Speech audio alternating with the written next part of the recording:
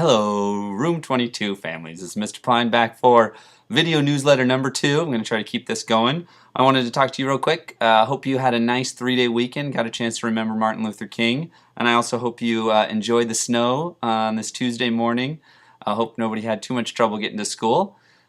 I want to talk really quick about our life skill of the week. Our life skill of the week this week is perseverance, and a cool definition for that is stubbornness under control. It's that ability to stick to something even when it's very difficult and not giving up. So I'd encourage you this week to find some time to talk about it at home and maybe talk to your student about times where you have to persevere at work, at home, in life.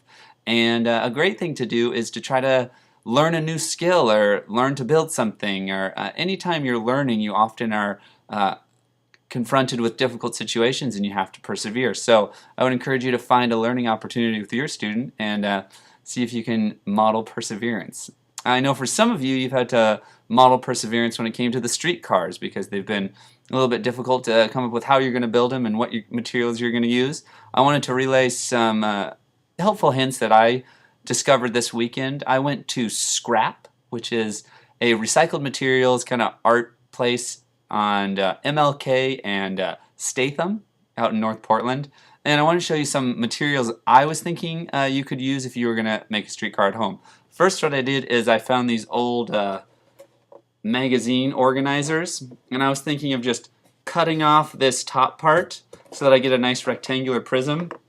I found some old wooden tires or wooden wheels that were 25 cents for a handful, and then I just took some old dowels, and they were actually stuck in some little tiny bird feeders, and I just broke them off. So now I've got something that fits nicely inside my wheel, and I was thinking of finding some way to affix that to the bottom of my rectangular prism that I have now.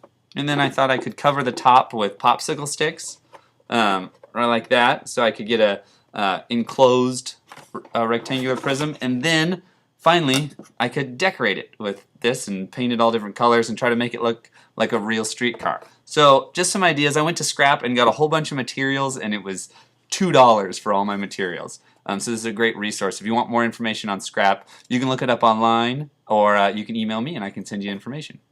Finally, I wanted to talk just about what we're doing in our class this week. Our last day of testing is on Thursday, so that's a welcome relief, and the kids have done great so far. We're just going to get through that last day. We're also literacy this week. We're working on prefixes and some dictionary skills, so if you get a chance to talk about those at home, I encourage you to do so.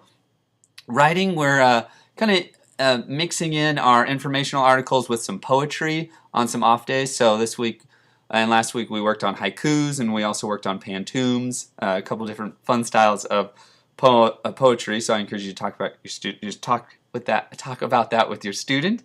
Math, we've started multiplication, and we're really getting in depth with multiplication, especially when we talk about multiplication as repeated addition and division as repeated subtraction. So those are terms we use here in school, in class.